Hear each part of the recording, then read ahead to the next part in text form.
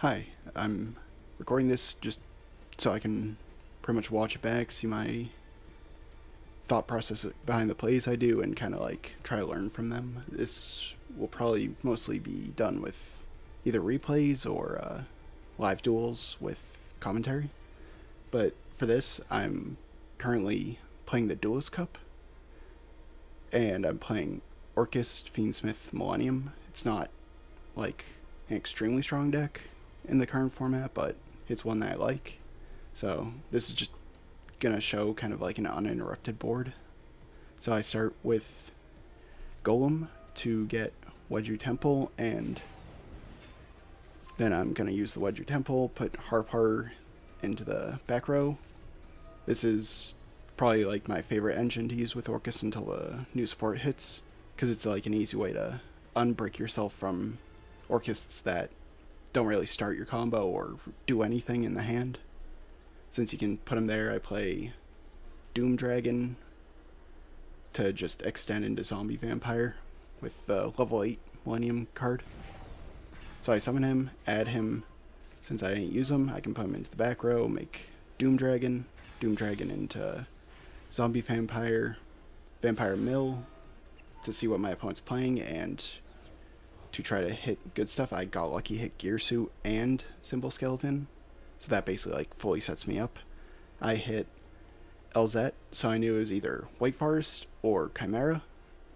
I assumed it was White Forest in this replay, because I tend to run into them way more than Chimera. I sent Nightmare, they Drew Swarm my Harp Horror, which didn't really matter at that point. So here I go into the Fiendsmith combo with my extra cards, so I don't Dark Luck myself before I get the chance to do it. So it's just like basic Fiendsmith. I'm going to speed it up. I tend to end on Apo with the Fiendsmith engine, since you get like an Omni negate with Orcus. I don't really see a point to going into Caesar, especially against White Forest.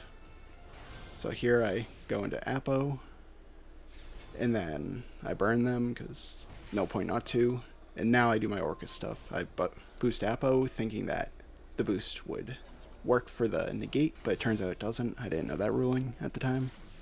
But yeah, so Galatea, shuffle back Wand, get Crescendo. I don't go for the field in these situations because while it would be good for turn 2, I feel like my board's going to be strong enough where having Crescendo set up with, as you can see my hand, like a good amount of back row tends to be enough. So I make Ding, send Druid Swarm instead of equipping. I negate with Apo. Again, I thought it was going to say 24 when I ended my turn, but it actually goes down to 16. That's something I wasn't aware of before.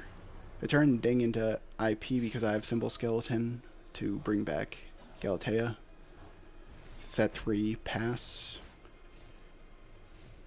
Then on the opponent's turn, it's White Forest, like I thought. I Imperm here instead of using Apo to avoid Triple Tech's talent, because I want to save Crescendo for any follow-up they have.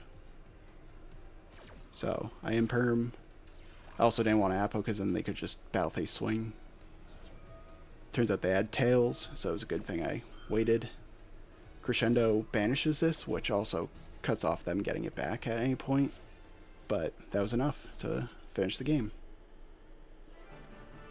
So it was a pretty like standard game when the opponent has almost no interactions. But usually like the boards will end on either that or like Galatea, IP, Dingirsu. I'm just gonna show the deck here that I'm using. It's a pretty standard list. I only play 2 Fua because it kind of is a little bricky and I want to keep at 40 cards.